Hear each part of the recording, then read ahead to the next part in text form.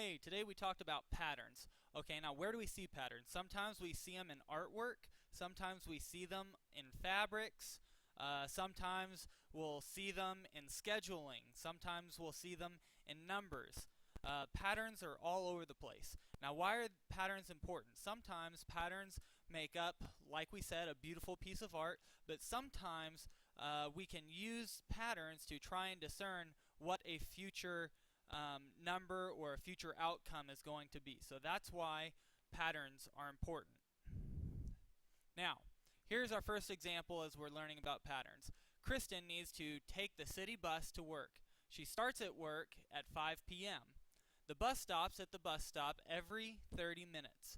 If the bus stops at the bus stop at 3:45 p.m., what times are the next three stops? All right. So, first, we need to figure out what the first stop is going to be. Now, the first stop is going to be like it said at 3:45 p.m. Okay, so the time of the first stop is 3:45. Time of the second stop is going to be 30 minutes later. Okay, so 30 minutes after that is going to be 4:15. And the time of the third stop is going to be 4:45. Okay, we got that because 4:45 is 30 minutes after 4:15. Now the time of the fourth stop, if we went a fourth time, it would be 5:15. Alright, now we know what the next set of stops are going to be, but now we need to know what time should Kristen take the bus to be at work on time if her bus ride to work is 15 minutes late.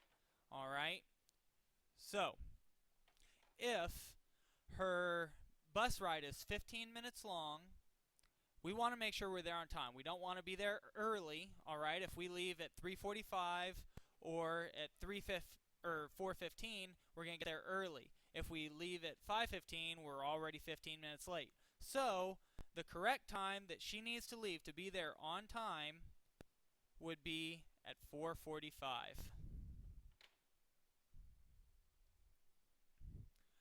Now, our next example, describe the following pattern, and then after we describe it, we're going to want to write the next three numbers, okay? Now, if I look at this, it's going down, okay? 55, 49, 43, 37. Those numbers are getting smaller. So that tells me two things. It is either subtracting a certain number or it is being divided by a certain number. Alright? I'm going to try, since the numbers seem to be fairly close together, there's no big gaps between any certain number, I'm going to assume that it's subtracting. Okay, so 55 minus 49 is a difference of 6. Now if I subtract 43 from 49, I will notice that there is also a difference of 6. So I'm starting to see a pattern. Okay, 37 minus 43 is also minus 6. Okay, so now we've got the pattern. It's subtracting 6 every time. So our next three numbers, I'm going to need to subtract 6 from 37. Okay, so after 37, if I subtract 6, my next number is going to be 31. And if I subtract 6 from that, it's going to be 25. And if I subtract 6 from that, then I'm going to have 19. Those are going to be my next three numbers. Alright, so that answers that example. Describe the following pattern: 4, 8, 16, 32, and so on. And then write the next three numbers. Okay? Now, looking at this, you'll notice that the gap between 4 and 8 is a lot smaller than the gap between 16 and 32. So that tells me that it's probably going to be multiplying. Okay? So let's look at this. The difference between 4 and 8 is 4. The difference between 8 and 16 is 8. So I know it can't be going up by the same number. So let's look at multiplication. Okay, 4 is half of 8. So if I did 4 times 2, that's going to give me 8. If I go 8 times 2, that's going to give me 16. Alright? And if I do 16 times 2, that's going to give me 32. Okay, so now I know the pattern. It's being doubled every time. Now, the next three numbers. 32 times 2, the next number would be 64. 64 times 2 is going to give me 128. And the next number after that, if I multiply 128 times 2, is going to be 256. Okay? Alright. Now, describe each pattern and define the next three numbers. Okay, if I look at the first one, 729, 243, and 81. Those are getting smaller, so like we said, it's either subtraction or division. Now, if you notice, the gap between 729 is a lot bigger than 243 to 81, okay? So I'm thinking that it's going to be division. Now, if I look at this, I know if I multiply 243 times 4, then that's going to be more than 800. Okay, so it's not being divided by 4. If I look at 243 and multiply by 2, that's just going to give me 486. Okay, that's not 729. So I know that it's not being divided by 2. So let's pick the one in the middle. Let's try dividing by 3. Alright, so if we divide by 3, then you will find out that it works out just perfect. Okay? Let's try and draw that a little bit prettier. Okay, so 729 divided by 3 gives me 243. 243 divided by 3 gives me 81. Alright, my next three numbers. 81 divided by 3 is going to give me 27. Okay, 27 divided by 3 is going to give me 9. And 9 divided by 3 is going to give me 3. Let's look at the next one. 40, 33, 26. Okay, 40 to 33 is a difference. It's going down, okay? So it's going to be a difference of 7. Subtracting 7. Alright, 33 minus 7 gives me 26. Okay, so we're on the right track. 26 minus 7 is going to give me 19. And then 19 minus 7 is going to give me 12. 12 minus 7 is going to give me 5. Alright, what about the last one? 3, 11, 19. Okay, 11 isn't divisible by 3, so we know it's not multiplying. So let's try addition. Okay, 3 plus 8 gives us 11.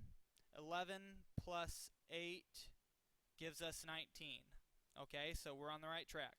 So 19 plus 8, that's going to give us 27. Alright, 27 plus 8 is going to give us 35. And 35 plus 8 is going to give us 43.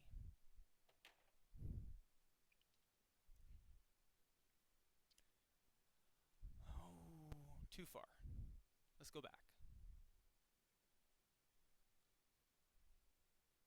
This thing isn't liking me right now. Okay, here we are. A patchwork quilt has squares that follow a pattern. What are the next three squares that the quilter would make? Okay, I'm going to look at this, and I'm going to look which direction they're going. You will notice that this one, from here to here, is turning this way.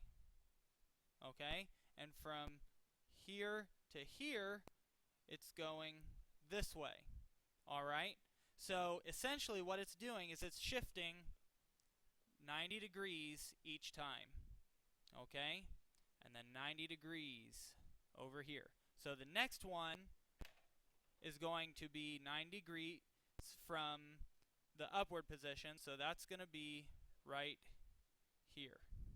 And then the next one, 90 degrees, is going to be pointing here. And the next one, 90 degrees, is going to be pointing right there. Okay? Last pattern. I take it back. We've got 3 more patterns. Okay? So, triangle, square, pentagon. Now you'll notice each one of these is a shape with so many sides. So I'm going to notice that the triangle has 3 sides. The square has 4. The pentagon has 5. So my next figure is going to be a hexagon with 6 sides. Okay? Now, the next problem, you'll see the dots. Okay? I'm going to notice that between the first one and the second one, it is gaining a dot in each direction. Okay? So it gains a dot here and it gains a dot there. And then in the next one, it gains a third one in both directions. So then I can postulate that my next one in the series is going to have 4 in each direction.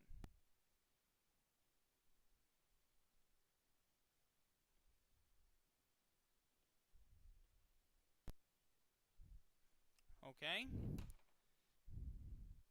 Last one. Now sometimes your patterns can be a little more complex. They can be a little tricky. Okay? This one, you will notice 0 plus 1 equals 1. Okay? So this one plus this one will give us this one. Okay? Then you'll notice that this one plus this one gives us that. Okay, so 0 plus 1 equals 1. 1 plus 1 equals 2. 1 plus 2 equals 3. 2 plus 3 equals 5. And then so on and so forth. 3 plus 5 equals 8. 5 plus 8 equals 13. And 13 plus 21 equals the next number in the pattern. Alright, so there you have it. Those are the patterns that we discussed. And that is it. So hope that helped.